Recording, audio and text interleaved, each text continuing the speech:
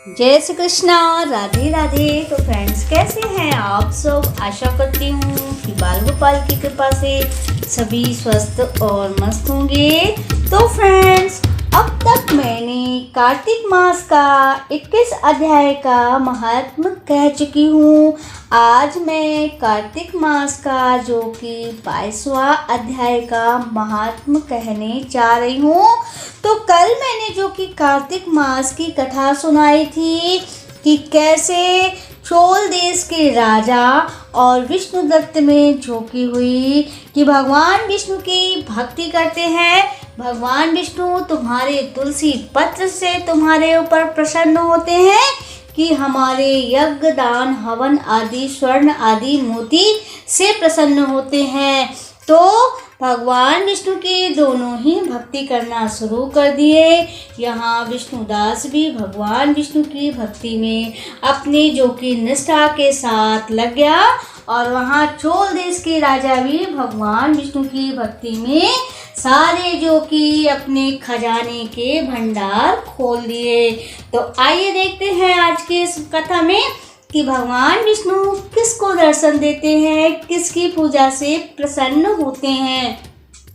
तो अगर आप सभी को आज का यह कथा और महात्म्य पसंद आए तो कमेंट में जय श्री हरि विष्णु जरूर लिखिएगा। तो आइए शुरू करते हैं कार्तिक मास का महात्म्य 22वां अध्याय। तो बोलिए श्री हरि विष्णु भगवान की जय, वृंदावन बिहारी लाल की जय, माता लक्ष्मी की जय, माता तुलसी की जय, राधा रानी सरकार की जय। तो चलिए शुरू करते हैं कार्तिक मास का 22वां अध्याय। तो गण बोले, एक समय विष्णुदास जो कि नित्य कर्म कर रहा था, तब उसका बनाया हुआ भोजन कोई मनुष्य छुपकर चुरा ले गया। दोबारा भोजन बनाने से कहीं देरी ना हो, शाम की पूजा में कोई विघ्न ना हो, इसलिए भोजन अब रात्रि का नहीं बनाऊंगा। दूसरे दिन फिर रसोई तैयार कर लूँगा। जो भगवान को भोग की तैयारी की, इतने में ही कोई छिपकर उसका भोजन चुरा ले गया। इस प्रकार 7 दिन तक उसकी रसोई कोई चुरा करके ले जाता था। वह सोच में पड़ गया कि आखिर ऐसा कौन है, यहाँ सन्यासी के स्थान में कभी इसका त्याग कर दूंगा, जो फिर रसोई बनाऊंगा और सायंकाल की पूजा कैसे करूंगा और पाक बनाकर भगवान के भोग में जो कि करे हुए भोजन करना और वैष्णव संप्रदाय में भगवान की पूजन के बगैर भगवान को भोजन और भोग लगाए बगैर भोजन करना उचित नहीं है। तो वह 7 दिन से उपवास और व्रत हो गया। आज पाक की रक्षा करूंगा, अपने भोजन को देखूंगा कि इस प्रकार जो कि रसोई बनाकर रखता हूँ और आखिर मेरी रसोई कौन ले जाता है। इतने में ही वह पाक चुराने वाला चंडाल आया और जो भूख से एकदम युक्त था और दुखी दीनहीन और आवेश में उसको देखकर ब्राह्मण के मन में बहुत ही ग्लानि हुई और वह बहुत ही दुखी हुआ। उस अन्न ले जाने वाले को देखकर ब्राह्मण बोला, ठहरो भाई, रुको, सूखी रोटी क्यों खाते हो, लो यह घी में चुपड़ करके खा लो।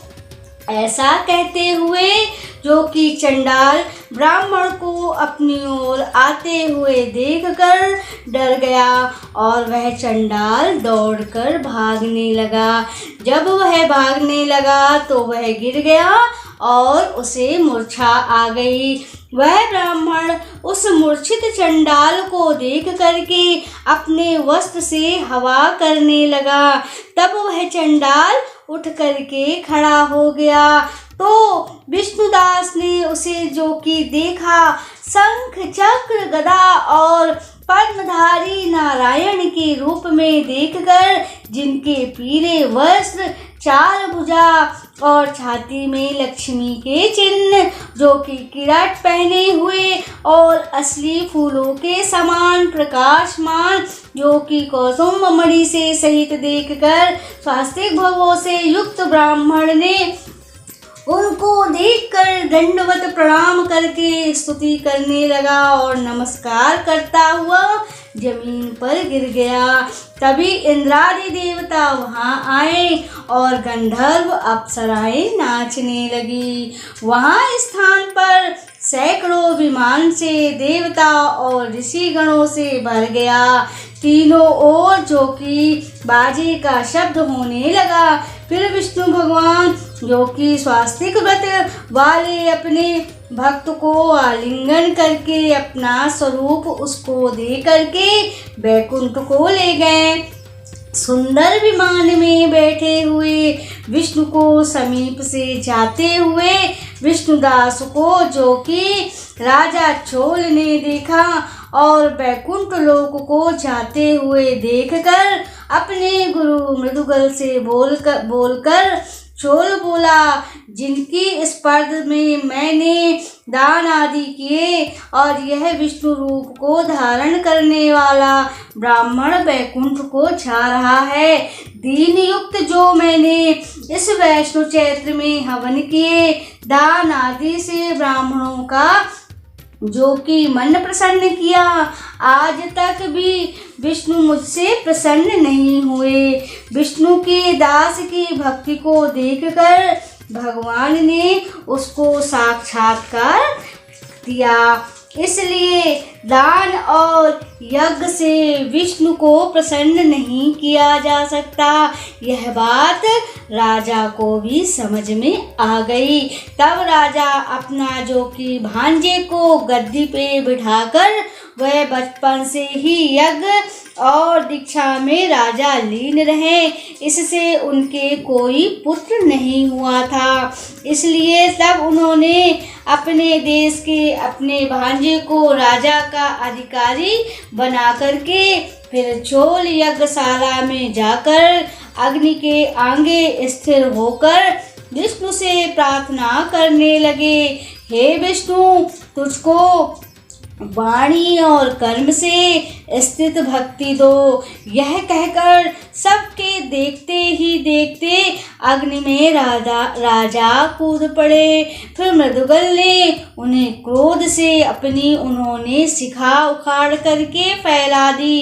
इससे उनके गोत्र में जो कि मृदुगल शिखाहीन होते हैं, तब वे अग्नि से प्रकट हुए, जो कि भक्त वंशल भगवान ने राजा को भी आलिंगन करके श्रेष्ठ विमान में चढ़ाकर ले गए और अपना स्वरूप दे करके उनको देवताओं समेत वैकुंठ में ले गए।